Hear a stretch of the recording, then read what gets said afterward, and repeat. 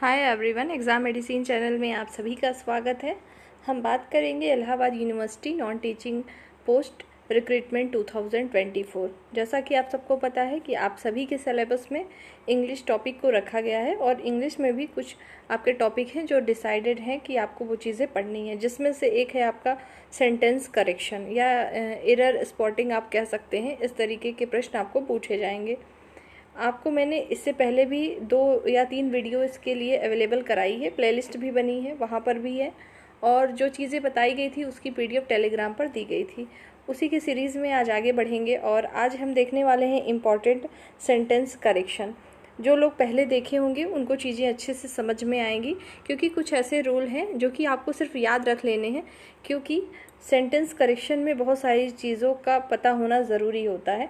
जैसे कि आपको पार्ट्स ऑफ स्पीच की थोड़ी नॉलेज होनी चाहिए, आपको टेंस की जानकारी होनी चाहिए, टाइम एंड टेंस, ठीक है। तो ये सब अगर आपको पता है तभी आप सेंटेंस को सही से करेक्ट कर सकते हैं।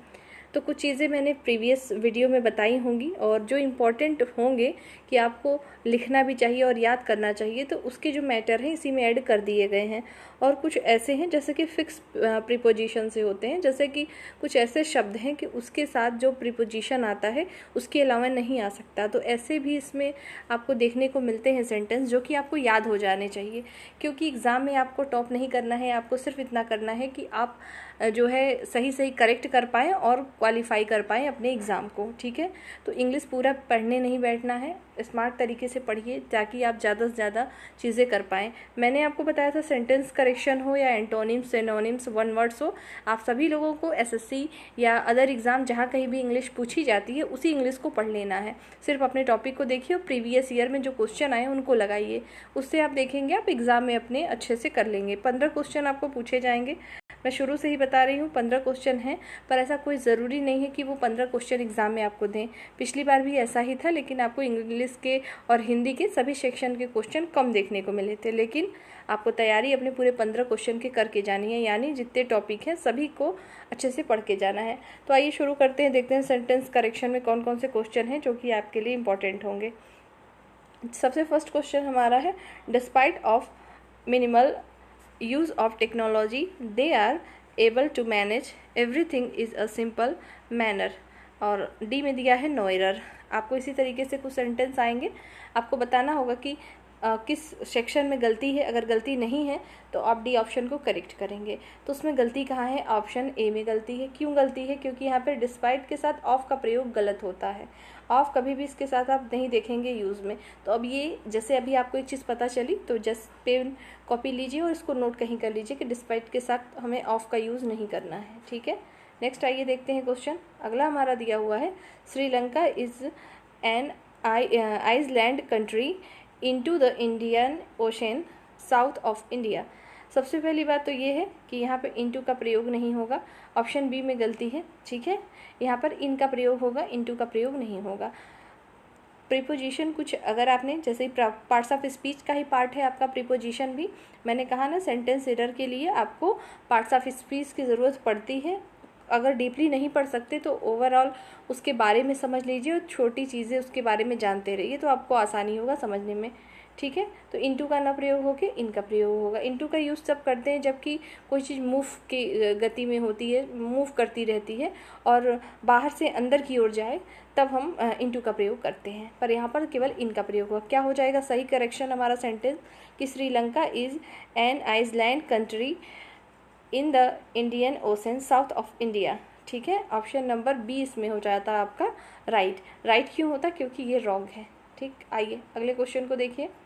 अगला क्वेश्चन दिया हुआ है, mister Gupta invited all her daughter in laws to the grand party last Sunday.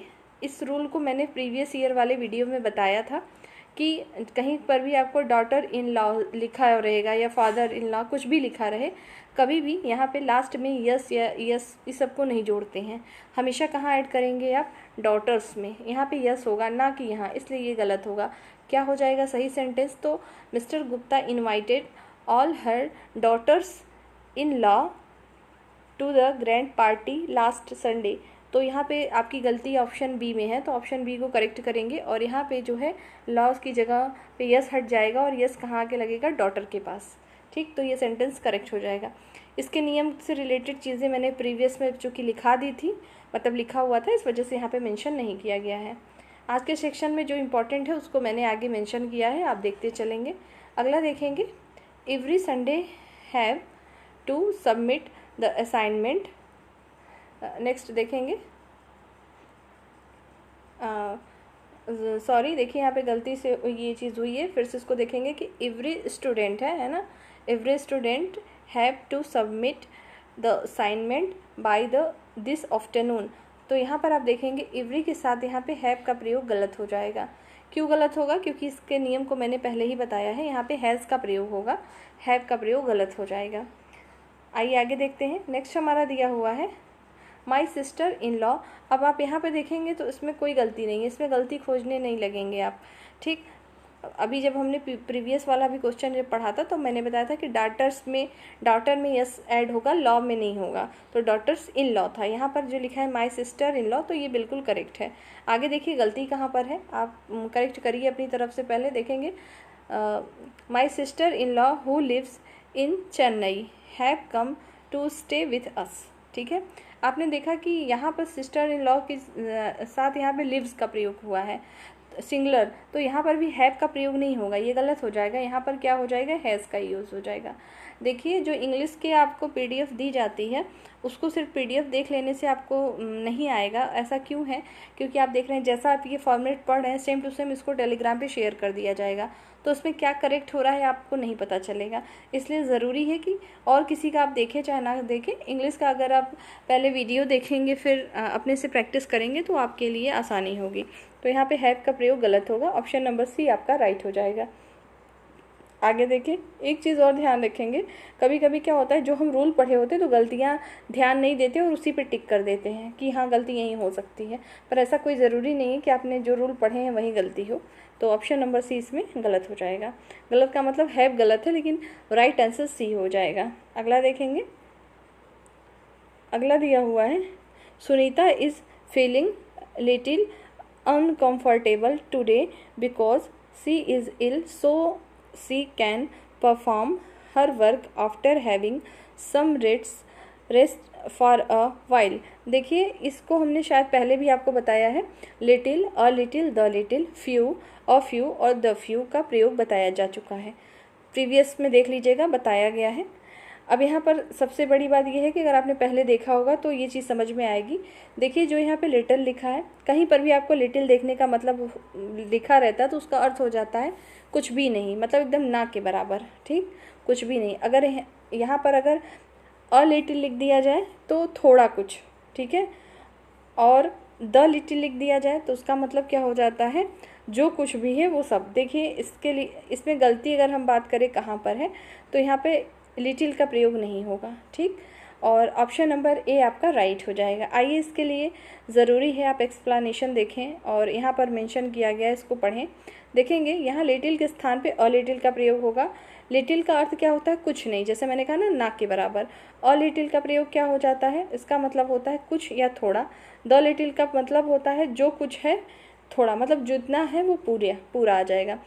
इस अर्थ को दृष्टिगत कर रखते हुए उनका प्रयोग करना चाहिए। कुछ नहीं के अर्थ में अ लिटिल, कुछ के अर्थ में लिटिल का प्रयोग किया जाता है। तो कुल मिला के सेंटेंस में क्या नहीं होना चाहिए, लिटिल नहीं होगा। जहाँ पर अगर यहाँ पे सुनीता इस फीलिंग लिटिल का मतलब होता है कुछ नहीं, ठीक है, यहाँ कुछ नहीं होगा, अ लिटिल हो जाएगा, ठीक। इसी तरीके से फ्यू, अ फ्यू और द फ्यू का भी सेंस वही होता है जो यहाँ पर है, ठीक है। आइए आगे बढ़ते हैं। अगला दिया हुआ है after 70 year of independence many socio economic problems is still remaining to be solved in India. तो आप यहाँ पे देखेंगे कि सोशियो इकोनॉमिक्स प्रॉब्लम्स, चूँकि यहाँ पे प्यूरल का प्रयोग किया गया है, बहुवचन का प्रयोग किया गया है, इसलिए यहाँ पे सिंगुलर वर्ब इज़ का प्रयोग न करके यहाँ पे आर का प्रयोग सही होगा, इसलिए ऑप्शन नंबर बी आपका राइट हो जाएगा। नेक्स्ट देखेंगे,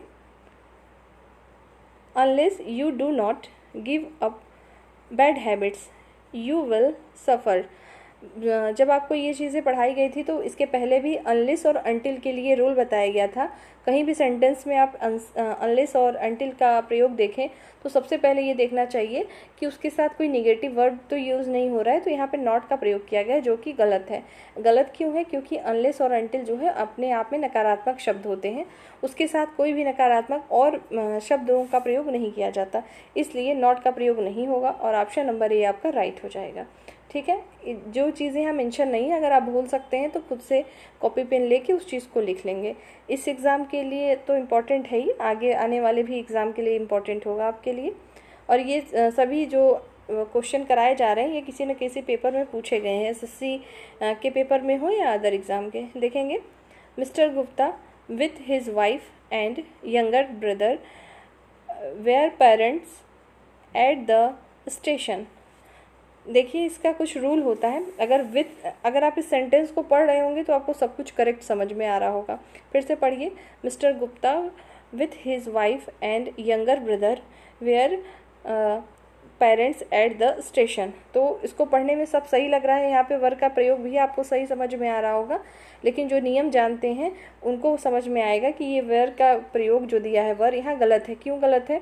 क्योंकि हम जब यहाँ पे वर्क का प्रयोग करेंगे तो अगर यहाँ लिखा है mister Gupta with his wife and younger brother, तो यहाँ तो कई लोग लग रहे हैं, इस वजह से आपको यहाँ बहुवचन समझ में आएगा कि प्लूरल वर्ब का यूज़ होगा, पर ऐसा नहीं है। जब कभी भी कोई भी सेंटेंस विथ से जुड़ा होता है, अलोंग विथ से जुड़ा होता है, तो उसके पहले वाला जो हमारा नाउन या पहले वाला जो शब्द आएगा उसके अनुसार हम वर्ब का प्रयोग करते हैं। तो सिर्फ मिस्टर गुप्ता के अकॉर्डिंग यहाँ पर यूज़ करेंगे। ठीक है, तो यहाँ पर वेयर का प्रयोग, वर का प्रयोग गलत हो जाएगा। तो ऑप्शन नंबर सी इसका राइट आंसर होगा। आइए इसका एक्सप्लेनेशन देखिए, जो कि बेहद ज़रूरी होगा आपके लिए। देखेंगे, नियम है कि यदि वाक्य में सब्जेक्ट को as well as, and not, with, along with, together with इत्यादि शब्द से जोड़ा जाए अथवा अलग किया जाए तो वर्ब का नाउन तथा पर्सन प्रथम सब्जेक्ट के अनुसार होता है। मतलब आप ये समझ लीजिए कि मान लीजिए कोई भी सेंटेंस हो, अगर पहला जो सब्जेक्ट है और दूसरा सब्जेक्ट जो दिया गया है, भले ही दूसरा सब्जेक्ट आपका प्लूरल हो और पहला सब्जेक्ट क्या है आपका सिंगुलर है, और अगर इनमें से किसी भी शब्द के साथ, किसी भी वर्ड के साथ अगर वो सेंटेंस जुड़ा है, कौन कौन से वर्ड याद कर लीजिएगा, as well as, and not, with, जैसा कि आज इस सेंटेंस में विथ का प्रयोग किया गया है, अलॉन्ग विथ, टुगेदर विथ का प्रयोग है, तो जो वर्ब का प्रयोग होगा फर्स्ट नंबर के अकॉर्डिंग होगा। इसका मतलब बिल्कुल ये नहीं है कि यहाँ पर प्लूरल नहीं आ सकता, ज़रूर आ सकता है। कब आएगा? जब यहाँ पर फर्स्ट वर्ब हमारा फर्स्ट सब्जेक्ट जो है अगर यहाँ पे प्लूरल होगा तो यहाँ पर आपका प्लूरल वर्ब का प्रयोग होगा। कुल मिला के कहने का मतलब ये है कि जब भी कोई सेंटेंस विथ से जुड़ा हो, ठीक है, या अलोंग विथ से जुड़ा हो, टुगेदर विथ से जुड़ा हो, या एज विल एज या एंड नॉट से जुड़ा हो, तो जो सब्जेक्ट पहला होगा उसी के अनुसार आप वर्ब लगाएंगे। अगर पहला सब्जेक्ट अगर आपका सिंगुलर है तो वर्ब सिंगुलर, पहला सब्जेक्ट अगर प्लूरल है तो आपका वर्ब भी प्लूरल हो जाएगा। समझ में आ गया होगा। आगे देखते हैं अगला क्या हमारा वाक्य दिया है। देखेंगे, not only we saw the president but also the chief minister of Delhi. तो आपको बताया गया था कि नॉट ओनली के साथ बट ऑल्सो का प्रयोग किया जाता है। ये तो बात सही है कि नॉट ओनली के साथ क्या आता है, बट ऑल्सो, लेकिन हमें पोजीशन भी ध्यान रखनी है कि कहाँ पर यूज़ करेंगे। जब हम बट ऑल्सो से कोई सेंटेंस को जोड़ते हैं, यूज़ करते हैं, तो इसको कोरिलेटिव कंजंक्शन आप कह सकते हैं। कंजंक्शन क्या करता है, जोड़ने का काम करेगा दो क्लॉज को। तो यहाँ पर जो बट ऑल्सो लिखा हुआ है सही तो है, लेकिन यहाँ पोजीशन गलत है। बट ऑल्सो कहाँ होना चाहिए, द प्रेसिडेंट के पहले होगा। ठीक है, तो क्या सेंटेंस सही होगा कि not only we saw but also the president the chief minister of Delhi. तो ये चीज़ें सही हो जाएंगी। ऑप्शन नंबर बी आपका करेक्ट होगा। बस आपको क्या करना है, बट ऑल्सो को द के पहले लगा देना है कि बट ऑल्सो द प्रेसिडेंट, इस तरीके से हो जाएगा। आइए इसका एक्सप्लेनेशन देखिए, ऐसा क्यों है। अभी तो मैंने बता ही दिया कि क्या चीज़ें हैं को आपके कोरिलेटिव कंजंक्शन कहलाते हैं। ये सभी चीज़ें वही हैं, मेन आपको ये चीज़ें देखनी चाहिए। यहाँ से देखेंगे, इम्पॉर्टेंट ये है कि पार्ट्स ऑफ स्पीच का प्रयोग किया जाता है वहीं दूसरे भाग के साथ भी प्रयोग होना चाहिए। यदि एक कथन देखेंगे नाउन के पहले है तो दूसरा भी नाउन के पहले होना चाहिए, वर्ब अथवा एडजेक्टिव के पहले नहीं होगा। मतलब जैसे आपने यहाँ पढ़ा ना कि नॉट ओनली के साथ पेयर बनता है बट आल्सो का, लेकिन नॉट ओनली अगर वर्ब के पहले है तो जो सेकंड पार्ट हम जब जोड़ेंगे बट आल्सो से तो उसको भी उसी पोजीशन पे रखेंगे जहाँ पर फर्स्ट पोजीशन पे नॉट ओनली लिखा होगा। मतलब यहाँ पर जब आप देख रहे हैं कि ये जो सेंटेंस है यहाँ पे हमारा नाउन के पहले जुड़ा हुआ है नॉट ओनली, इसी वजह से द प्रेसिडेंट के पहले यहाँ पर इसका प्रयोग करेंगे। जहाँ पर नॉट ओनली का पोजीशन होगा सेकंड पार्ट को जोड़ते समय ध्यान देंगे कि बट ऑल्सो वहीं पर यूज़ होगा। और कभी कभी तो इसके पेयर में ही गलती देता है, नॉट ओनली के साथ बट ऑल्सो ही नहीं देगा, तो ये भी गलत हो सकता है कभी, तो उसको ध्यान रखेंगे, याद कर लेंगे इस पेयर को भी। आइए अगले क्वेश्चन को देखते हैं। नेक्स्ट हमारा दिया हुआ ही is jealous for my success and wants to destroy me या नो एरर।